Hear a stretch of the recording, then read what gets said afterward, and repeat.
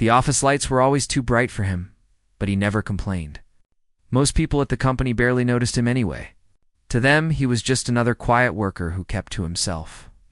Someone who arrived a little early, left a little late, and did his tasks without making noise. He wasn't the type who tried to impress anyone. He didn't brag, he didn't argue, and he didn't correct people even when they were wrong about something important. He simply listened, nodded, and went back to his work. What no one there knew was that the quiet man they barely looked at was the same person who had started the company years before. He had built the first version of the software in his tiny apartment, working long nights, eating instant noodles, and sleeping on the floor with his laptop still warm beside him. Back then, he believed the company would grow into something good, something that helped people solve problems, without tricking them or taking advantage of them. He believed honesty could survive in the world of business. And for a while it did. But dreams don't stay untouched for long. When the company became big enough to attract investors, he had agreed to sell part of it. He thought he was doing the right thing because everyone told him it was the next step.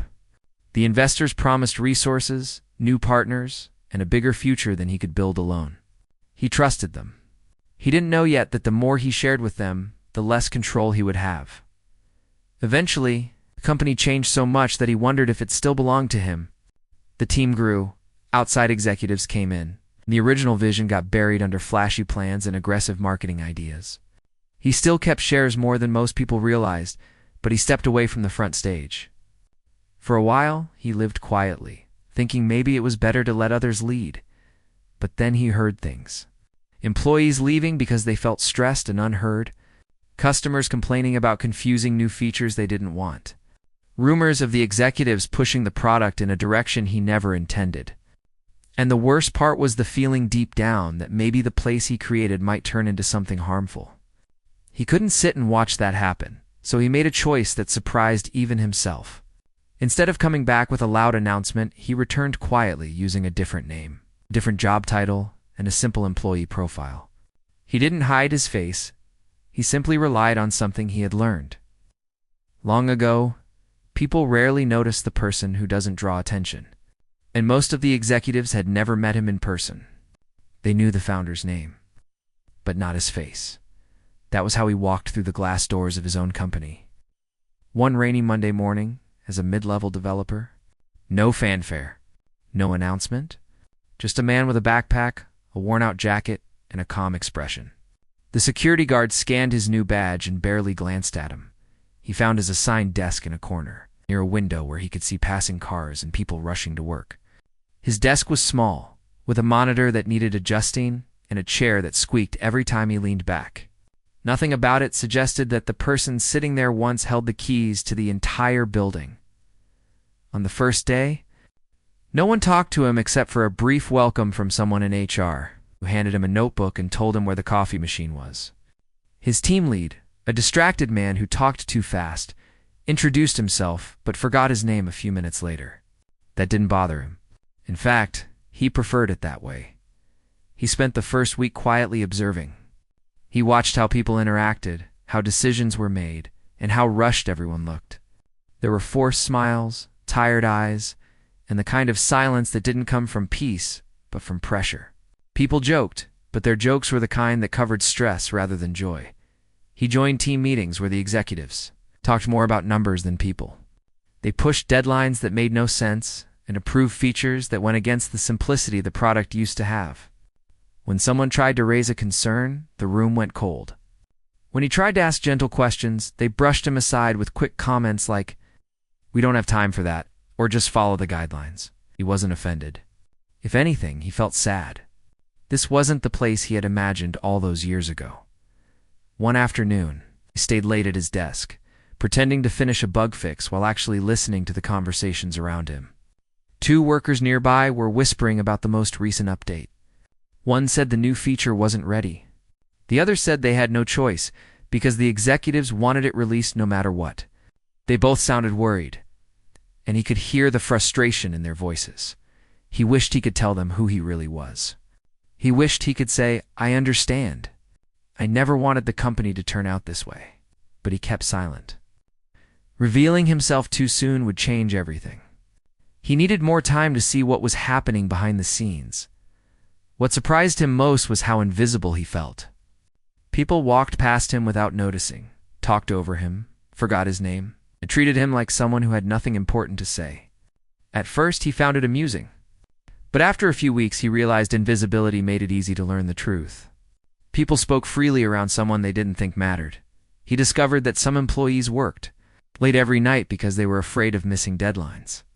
Others had ideas that were ignored simply because they came from lower positions. Some felt trapped but couldn't leave because they needed the job. He listened to all of it quietly, storing every detail. One day during a meeting, he finally spoke up.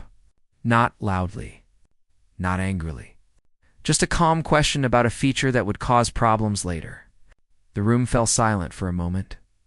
Then one of the executives laughed lightly and said, "Let's stay focused," as if his comment didn't matter at all. Several people avoided looking at him. The meeting moved on, without addressing anything he said. The reaction wasn't shocking, but it hurt more than he expected. Not because his suggestion was dismissed, but because the company had changed so much that a simple question from a worker was treated like a nuisance. He looked around the room and saw tired faces, people nodding even when they disagreed, and a leadership team that didn't seem to understand the people they were supposed to guide. The next morning, he arrived early and sat in the empty office, watching the screens blink awake one by one. He thought about the nights he spent building the original version of the software. Back then, he felt hopeful. He felt proud. He wanted the company to be a place where new ideas were valued, where people felt safe to speak, where honesty wasn't considered a weakness. But now, walking through the halls, he sensed fear more than creativity. The new executives cared more about growth charts than real progress. They introduced complicated features just to impress investors. They talked about numbers in meetings without understanding what the product actually did. He felt something shift inside him that morning. He realized he wasn't there just to observe anymore. He was there to protect what he had built.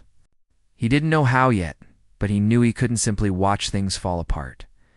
A few days later, he noticed something alarming: data handling practices that made him uncomfortable. Nothing illegal, but enough to make him worried. The company was pushing a new plan involving user information that he felt crossed a line. He tried once again to raise a question, but he was brushed aside with a quick, "We'll handle it," from an executive who clearly didn't want to discuss details. So he started writing everything down. Not because he wanted to expose anyone right away, but because he wanted to understand the full picture. He saved documents, took notes, and kept copies of decisions made in meetings. If something was going wrong, he needed proof. Meanwhile, some coworkers began noticing that he worked harder than most people expected. He solved problems quickly, asked smart questions, and stayed calm even during stressful deadlines. A few of them started talking to him, more asking for help with code or sharing frustrations about management. He listened kindly, offering small pieces of advice without revealing too much. He never acted superior. If anything, he tried to blend in even more. He didn't want anyone to suspect who he really was. Not yet. But the more he learned, the more concerned he became. It felt like the company was moving forward at a speed that didn't care about the people running behind it, trying to keep up. The pressure was heavy. The decisions rushed. The leadership disconnected. He didn't regret returning under a different name. It gave him the chance to see the truth. But he also knew something else. If he kept speaking up, someone would eventually notice, and not in a good way. Still, he stayed. He wasn't ready to give up. The company he built was worth fighting for, even if the people running it had forgotten where it came from. And as he walked out of the office each night, with his simple backpack and quiet steps, no one imagined that the man they overlooked held more power than any. Of the executives giving orders, they didn't know who he really was. Not yet. The weeks passed slowly, and the quiet man who once built the company continued to watch everything around him with calm eyes and a careful mind. Every day he saw more signs that things were not right. The company looked successful from the outside: bright posters, polished presentations, big promises, but on the inside, something felt off. Something felt tired. He noticed that people walked around the office with their shoulders low, as if carrying invisible weight. Some whispered in corners, checking over their shoulders before sharing their frustrations. Others kept their cameras off during online meetings so no one could see how stressed they were. The more he observed, the more he realized that the heart of the company was slowly fading. One afternoon, he joined a project meeting where the team had to present progress on a new feature. He listened quietly as people spoke. The atmosphere was tense. A senior manager kept pushing for results even though the team had said many times the deadline was impossible. The manager kept repeating, "We just need to make it happen," without offering any support or resources.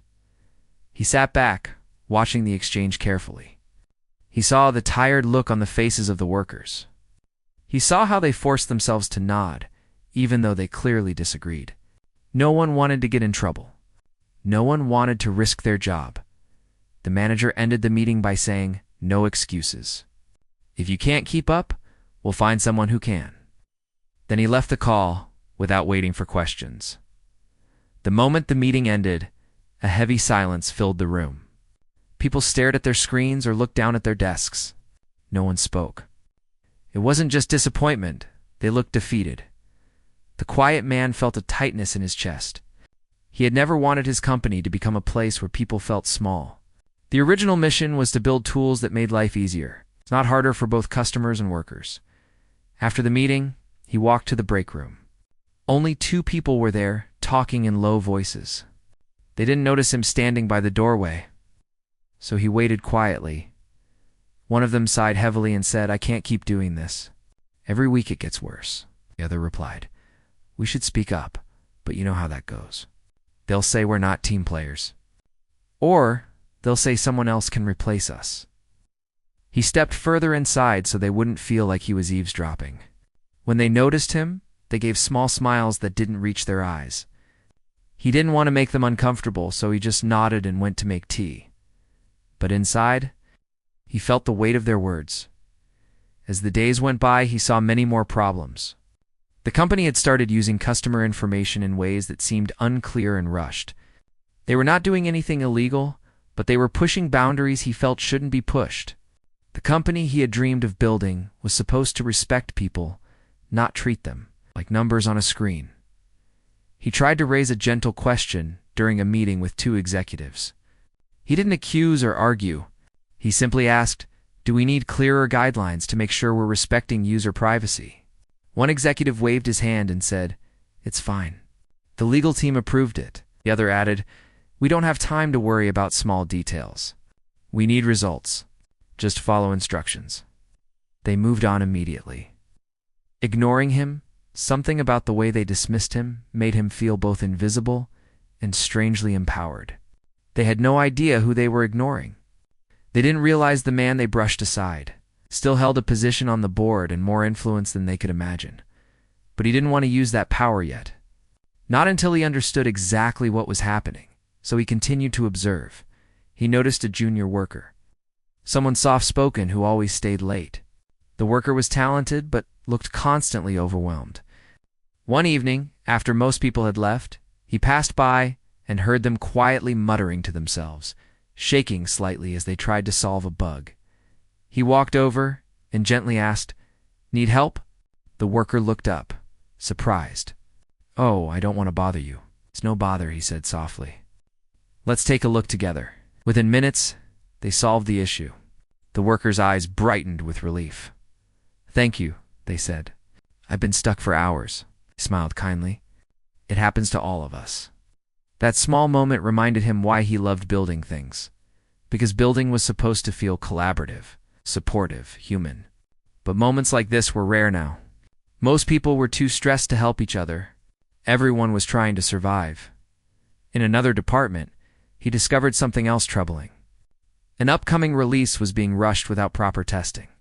The team explained that the leadership promised investors a launch date that simply wasn't realistic. Many employees had already worked through weekends to try to catch up, one developer whispered. "We tried telling them it's not ready. They said we're making excuses." Another added, "If something goes wrong, they'll blame us, not themselves." The quiet man took notes but kept calm. He didn't want anyone to suspect he was preparing something. But inside, he was slowly piecing together the bigger picture. The executives were ignoring warnings, placing pressure everywhere except on themselves. What hurt him most was seeing how the culture had changed. When he first built the company, people were excited. They had ideas. They shared suggestions freely. They felt like they were part of something meaningful. Now, people whispered because they were afraid. They worked late because they were scared of losing their jobs. They followed orders even when those orders made no sense. One morning, he overheard a conversation in the hallway. A senior leader was talking loudly to another manager. "We need to push the team harder," the leader said. "They're getting too comfortable," the manager responded. "Some of them are already burned out." The leader shrugged. "Then we'll hire new ones." This is business. Those words echoed in his mind long after the conversation ended. He remembered saying once years ago, the company should care about its people because people were the ones who built everything. Clearly, that belief had disappeared. He knew he had to keep watching, even if it became painful. One day he was called into a meeting that seemed routine at first. But as soon as he entered the conference room, he sensed tension. Two executives sat at the table, their expressions stiff. One tapped their pen impatiently. The other avoided eye contact. "Take a seat," one of them said. He sat calmly. "We've noticed," the executive began, "that you've been asking too many unnecessary questions." He felt a small pulse of heat behind his eyes, but he kept his voice steady. "I just want to understand the decisions better." "Don't need understanding," the executive replied sharply. "We need compliance." The second executive crossed their arms and added, "If you can't keep things simple, maybe this isn't the right place for you." He stayed silent for a moment, studying their faces. They were annoyed not because he had done something wrong, but because he had forced them to think. "I'm just trying to help the team," he said softly. "We already have enough to deal with," the first executive said. "Stop causing trouble." He nodded and left the room without arguing. From the outside, it looked like he had backed down. But inside, something changed. For the first time, he felt anger, not explosive, but deep and quiet. They thought he was causing trouble simply for wanting things done the right way. They had no idea who they were talking to. After that meeting, rumors spread quietly around the office. Some coworkers whispered to him, "Everything okay?" Others avoided him, worried that talking to him might get them pulled into something. He didn't blame them. Fear traveled fast in this place. The pressure inside the company kept rising. Workers were exhausted. Departments were arguing. Deadlines were unrealistic. Executives were focused on money instead of quality. And every day, he collected more notes. He wasn't looking for revenge. He wasn't trying to trap anyone. He simply wanted the truths, something he could rely on when the time came to act. One evening, as he walked out of the building, he paused at the sidewalk. The sky was turning deep blue, and the city lights flickered on. People rushed past him, eager to get home. Cars honked in the distance. He stood there quietly, feeling the weight of everything he had seen. He thought about the people who worked late every night, the people whose ideas were ignored, the people who carried stress so heavy it followed them home. He thought about the executives who made decisions without understanding the consequences, the ones who dismissed every warning, the ones who cared more about appearing successful than being responsible. He felt sadness, frustration, and a strange sense of responsibility. He had built the company even if they didn't know it, and even though he had stepped away, he still felt connected to it like someone watching. Their own child being led down the wrong path, he didn't know exactly what he would do next. But he knew something had to change. The truth was becoming clear. The company wasn't just drifting away from its original mission. It was moving toward something dangerous, something that could damage the workers, the customers, and everything he once cared about. And he couldn't stand by any longer. He didn't know it yet.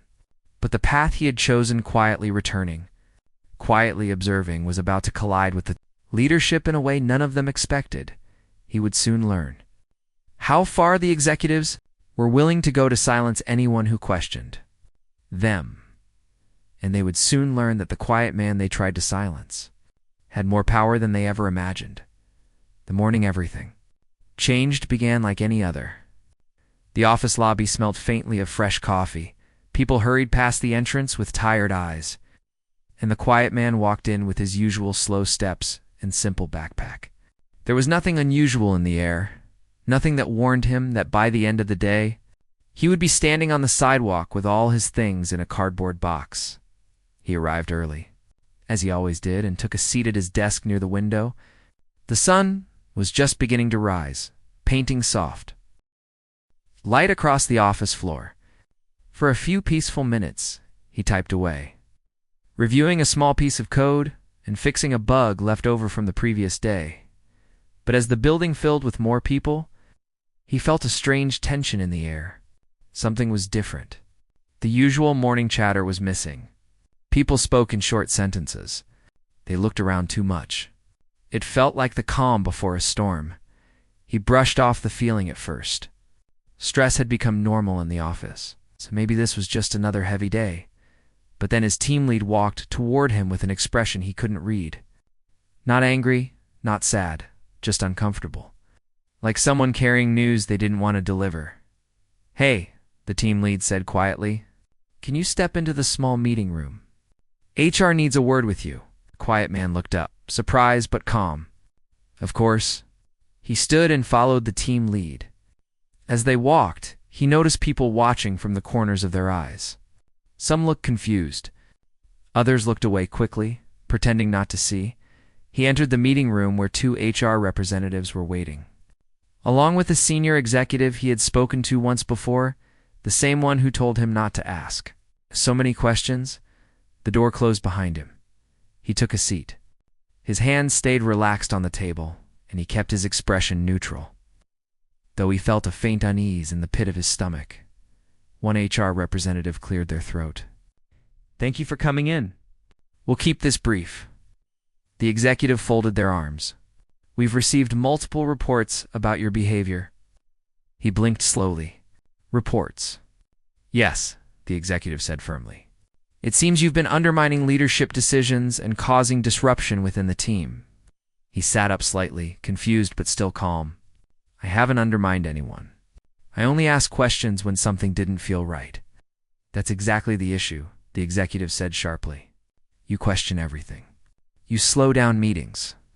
You distract others with your unnecessary concerns." HR nodded, adding, "We also heard that you've made some team members uncomfortable." He inhaled quietly. "Uncomfortable how?" The HR representative flipped through papers that didn't really need flipping. "We don't need to go into specifics. The point is, your presence has become disruptive," he realized. In that moment, that this meeting wasn't about discussion. It was a decision already made. The executive leaned forward. "This company needs people who follow direction without creating obstacles, and after reviewing everything, we've decided to terminate your contract effective immediately." The words echoed in his mind, not because he was shocked by the decision, but because of how casually they were spoken. Terminate your contract. Effective immediately. He kept his expression even. "May I know who filed these reports?"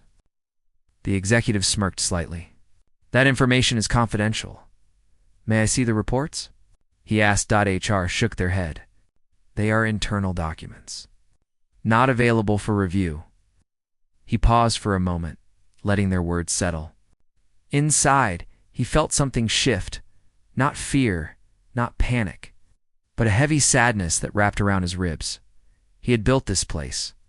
Every wall, every system, every tool had begun as an idea in his mind. And now, he was being pushed out like a troublemaker. He nodded slowly. "If that's the decision, I understand." HR looked relieved that he wasn't arguing. The executive looked satisfied, as if removing him was a victory. "We'll need your badge," HR said. He unclipped it and set it gently on the table. "We'll escort you to your desk so you can gather personal items," the executive added. He didn't fight. He didn't raise his voice. He simply stood and followed them. As he walked through the office with 2 HR representatives beside him, people turned to look. Some eyes widened. Some faces filled with confusion. A few workers whispered, No one said anything. He reached his desk and placed his belongings into a small cardboard box. A notebook, a pen, a few printouts. Nothing personal. He had kept his desk simple on purpose, knowing he was there for observation, not comfort. Two coworkers approached quietly. "Is everything okay?" One whispered. He gave a gentle smile. "It will be." They didn't know what to say. He didn't blame them. Speaking up could put them at risk too.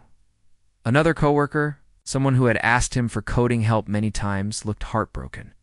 "You don't deserve this," they whispered under their breath. He nodded once. Acknowledging their kindness without drawing attention, the executive cleared their throat loudly. Signaling it was time to leave, he picked up the box, feeling its light weight. It amazed him how a man could carry so many memories, but leave with so little as he walked toward the exit. The office felt strangely silent. He wasn't a loud person, not someone who made dramatic scenes or drew attention. But his absence was already creating a quiet ripple. The moment he stepped outside, the door closed behind him with a heavy thud. He stood on the sidewalk, the sun now high in the sky, cars rushing past. The cardboard box sat at his feet. For a long moment, he just breathed. He didn't feel anger the way most people would expect. He didn't feel the need to shout or call anyone out. Instead, he felt an odd calmness mixed with a deep sadness. They didn't know who he was. They didn't know. They just fired the man who created their jobs. They're building their product. It's their entire path. And they certainly didn't know the consequences that were coming. He took a seat on a nearby bench, rested the box beside him, and stared at the company's glass building. He had once imagined it as a place full of dreams. Now it felt like a stranger. A group of employees walked out for lunch, still whispering. They glanced at him, but didn't approach. Not because they didn't care, because they were afraid. He watched them go, then closed his eyes for a moment. The breeze brushed against his face, cooling the sting of disappointment. What hurt him most wasn't being fired. It was knowing that the company had drifted so far from its core that it didn't recognize the very values he had tried to build into it. Still, wasn't a person who gave up easily. Something in him began to awaken. Maybe it was pride. Maybe it was responsibility.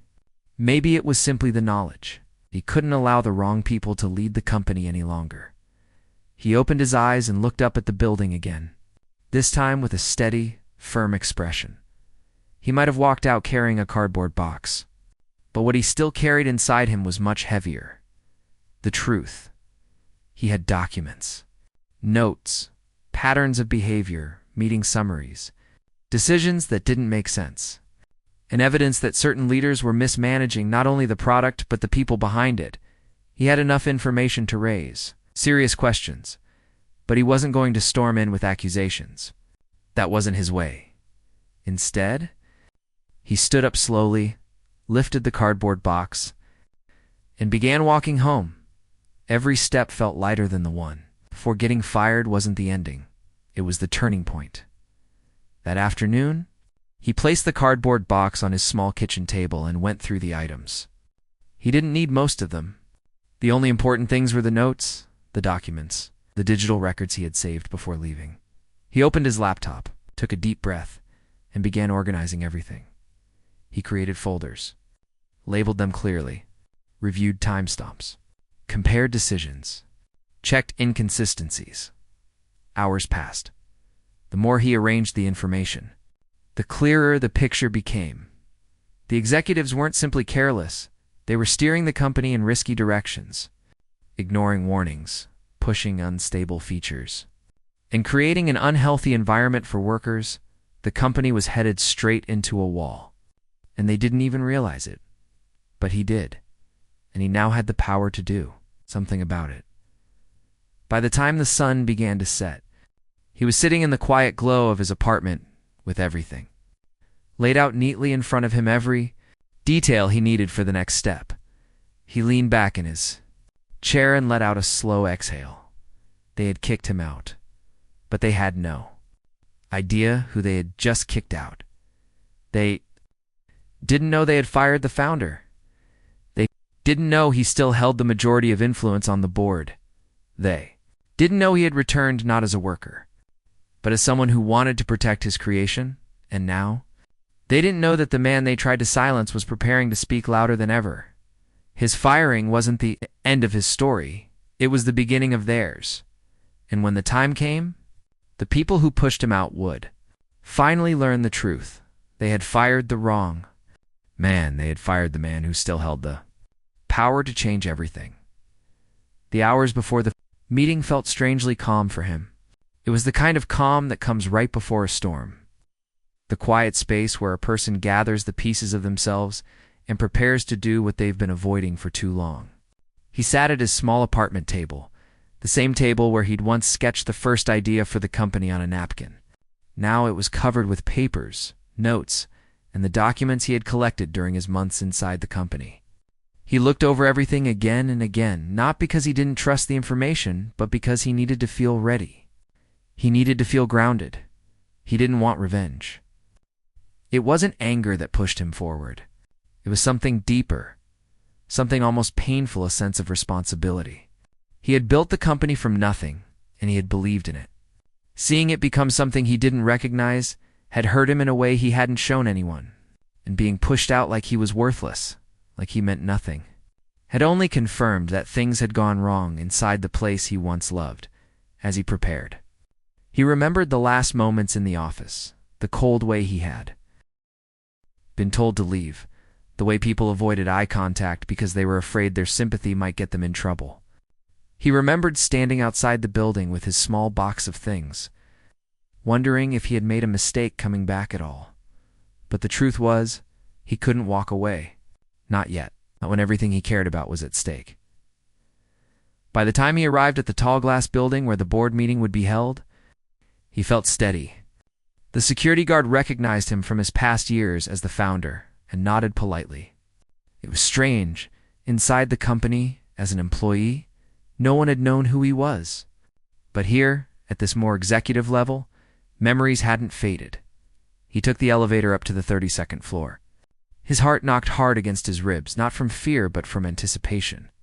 The elevator doors opened to a quiet hallway lined with large framed photos of the company's achievements. As he walked past them, he felt a mixture of sadness and pride. He remembered when those achievements were honest, when everyone worked with purpose. At the end of the hall was the boardroom, its frosted glass doors closed. He paused outside, listening. He could hear low voices inside, the casual tone of people who believed they had everything under control. When he opened the door, the room went silent. 10 board members sat around a long table. Some were older, some newer, but they all shared the same surprised expression when they saw him. A few whispered to each other. One board member, an older man with silver hair, stood up slowly and nodded in recognition. "I didn't expect to see you here," the man said with a calm voice. He walked further into the room. "I called this meeting. It seemed important." A couple of board members shifted uncomfortably. They had heard rumors, but nothing had been confirmed. They had no idea what he was about to say. Across the table sat the company's top executives, the very people who had fired him. They stared at him as if he were a ghost. One of them, the chief operating officer, stiffened in his seat, clearly unhappy to see him again. The chairperson of the board cleared her throat and said, "Please have a seat and explain the nature of this meeting." He placed his stack of papers on the table. "Before I begin, there's something I need to make clear." He looked directly at the executives who had fired him. "You didn't know who I was when you pushed me out, but I think all of you here at this table know exactly who I am," murmurs broke out. A couple of executives looked genuinely confused. They hadn't been around when he founded the company, and only known him as the quiet employee who questioned decisions. He continued, "I stepped away years ago, and I allowed others to lead. I believed that fresh ideas would help the company grow.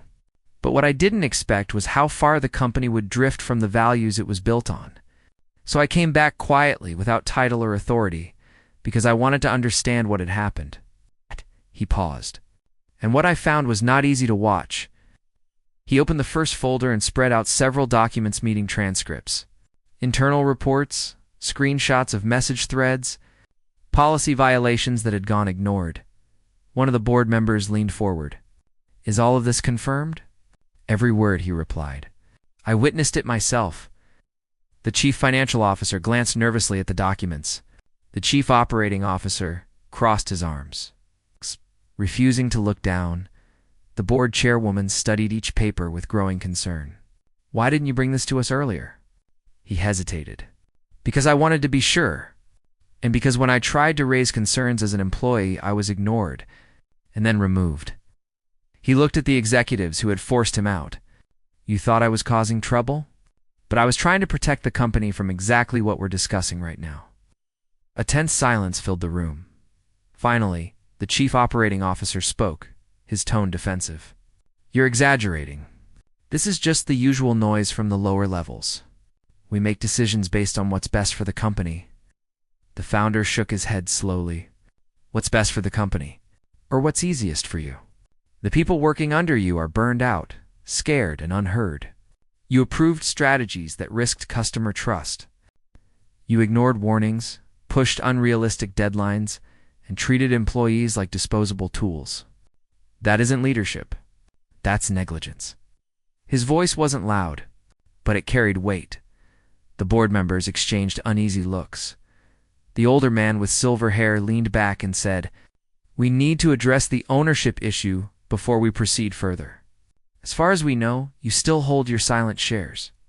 The founder nodded. "I do, and my ownership gives me full authority to call this meeting. I didn't want to use that power before. I hoped the company's leadership would do the right thing on their own. But after what happened, after being forced out of my own creation, I had to step in." The executives sat frozen as the truth settled around them. They had fired the one person in the company who had more power than all of them combined. The board chairwoman folded her hands. "Please continue. What do you propose we do?" He took a breath. He hadn't slept much the night before, and he had gone over this moment countless times in his mind. "The company is off course," he said simply, "and the people responsible for the most harmful decisions are sitting in this room. We need a leadership change. Not out of anger, but out of necessity. We cannot let the company collapse from the inside." The room grew still. The chief operating officer suddenly stood up. "This is ridiculous. You expect us to just step aside because you've returned with a few documents? You're not even part of day-to-day operations anymore." "I'm the founder," he said softly, but firmly. "And the only reason I came back quietly was because I wanted to understand the truth, not control it. You fired me because you thought I was insignificant. You thought my voice didn't matter, but you didn't know who you were talking to." The board chairwoman raised a hand, stopping the confrontation. "Please sit down," she told the executive. Then she turned back to the founder. "What exactly do you want us to vote on?" He placed one final document on the table. It contained detailed recommendations, clear, reasonable, and backed by everything he had observed. "I want the board to review the evidence and make a decision about whether the current leadership is fit to continue," he said. "I'm not asking for chaos. I'm asking for accountability. The company deserves better. The employees deserve better. And the customers deserve better." The board began flipping through the documents again, this time more seriously. The tension in the room was heavy but purposeful. The founder leaned back slightly, letting out a slow breath. He had said everything he needed to say. Now the decision was out of his hands. For a moment, he let his gaze drift toward the window. The city stretched out far below, busy and unaware of what was happening in that room. It felt almost surreal, like he was watching a chapter of his life, close and another one slowly begin. The board chairwoman finally spoke. "We will review your evidence and make our decision shortly. Please step outside for a moment while we discuss." He gathered his papers calmly and walked to the door.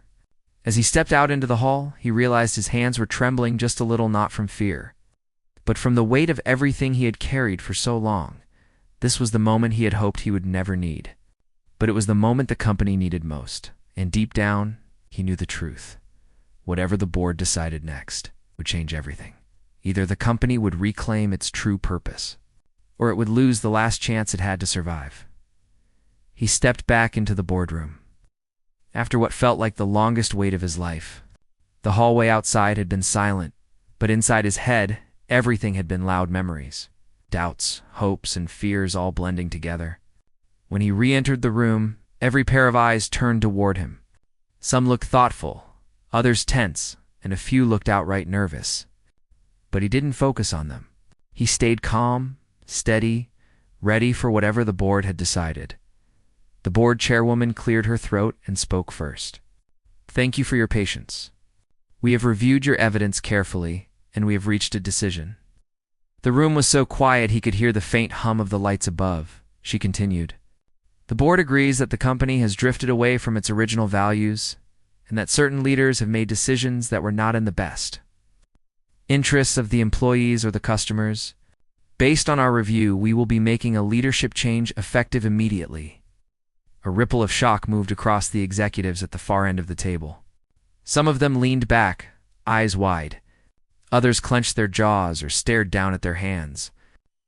The chief operating officer who had confronted him earlier looked like he couldn't believe what he was hearing. He didn't gloat. He didn't smile. He simply nodded. This was not about winning or losing. It was about setting things right, the chairwoman added. "We would like to appoint an interim leadership team while we work on long-term changes. And we would like you," she turned toward him, "to take a guiding role in the process. Your insight is necessary during this transition." He paused for a moment, taking in her words. Part of him felt relief. Another part felt the weight of responsibility settling onto his shoulders, again heavy but familiar. "I'm willing to help," he said quietly. "For the sake of everyone who works here." Few board members nodded, appreciating his steady tone. The decision was official. The executives who had mistreated employees and pushed harmful strategies were asked to leave. Some protested. Others sat in stunned silence, but the board stood firm. Within minutes, the room that once held tension began to feel lighter, as if the air itself had shifted.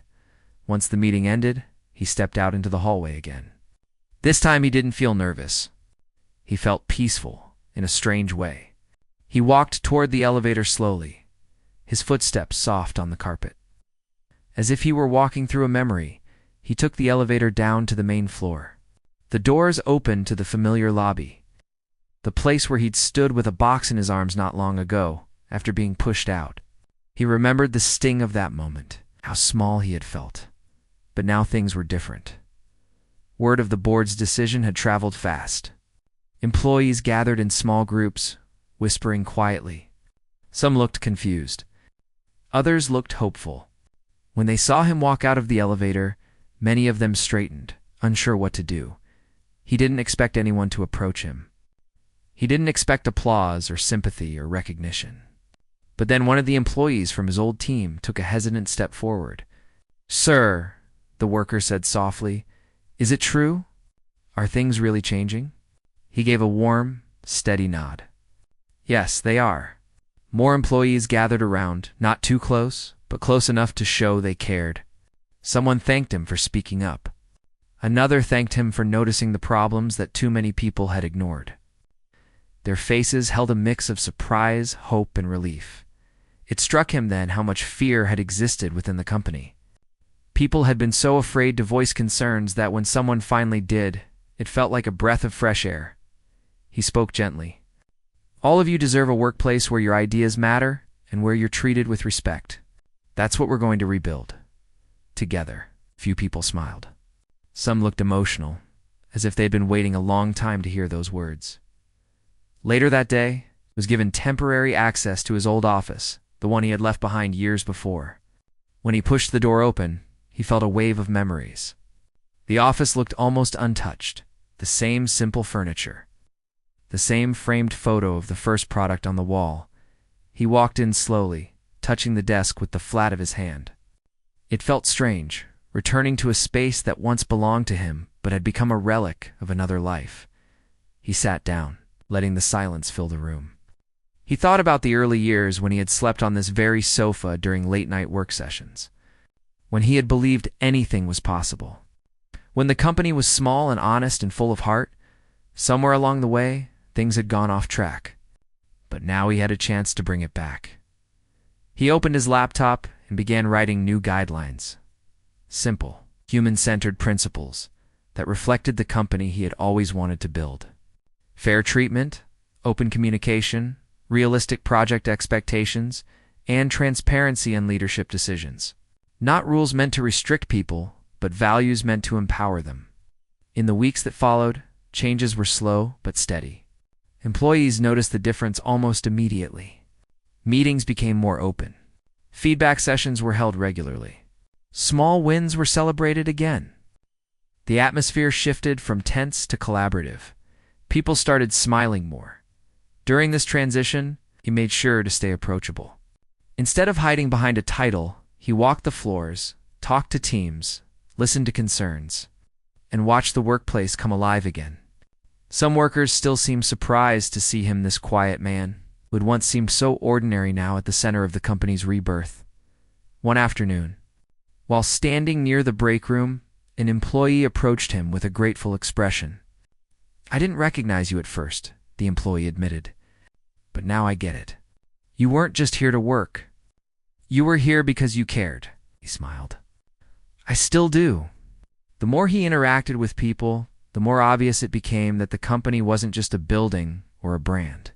It was a collection of human stories, worries, ambitions, and struggles. And he wanted to honor those stories. As time passed, the interim leadership team stabilized the internal structure. The board formed a plan to appoint a new CEO, someone qualified, fair, and aligned with the company's values. They asked for his recommendation. Instead of recommending himself, he recommended someone who had worked quietly and honestly for years, someone who understood the company from the inside, and who treated others with respect. When the board approved his recommendation, he felt a sense of closure. He wasn't returning to power. He wasn't reclaiming a throne. He was simply setting the foundation for a better future. The day the new CEO started, the founder returned to the top floor one last time to hand over the transition documents. They exchanged warm words, and then he walked out of the office with a calm heart. Before leaving the building, he paused by the lobby windows and looked out at the city. Cars moved along the streets below. People hurried along the sidewalks. And the company he had created stood tall behind him. He wasn't leaving forever. He would remain a silent owner, a guardian of the company's values. But he didn't need to be in charge to make a difference. He took a deep breath. The weight he had carried for months, maybe years, finally lifted as he stepped outside into the fresh air. Sunlight touched his face. For the first time in a long while, he felt free.